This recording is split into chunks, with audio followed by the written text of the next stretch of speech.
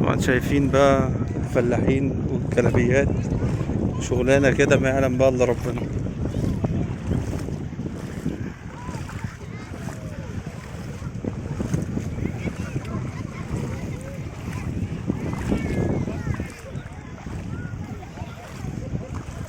يلا.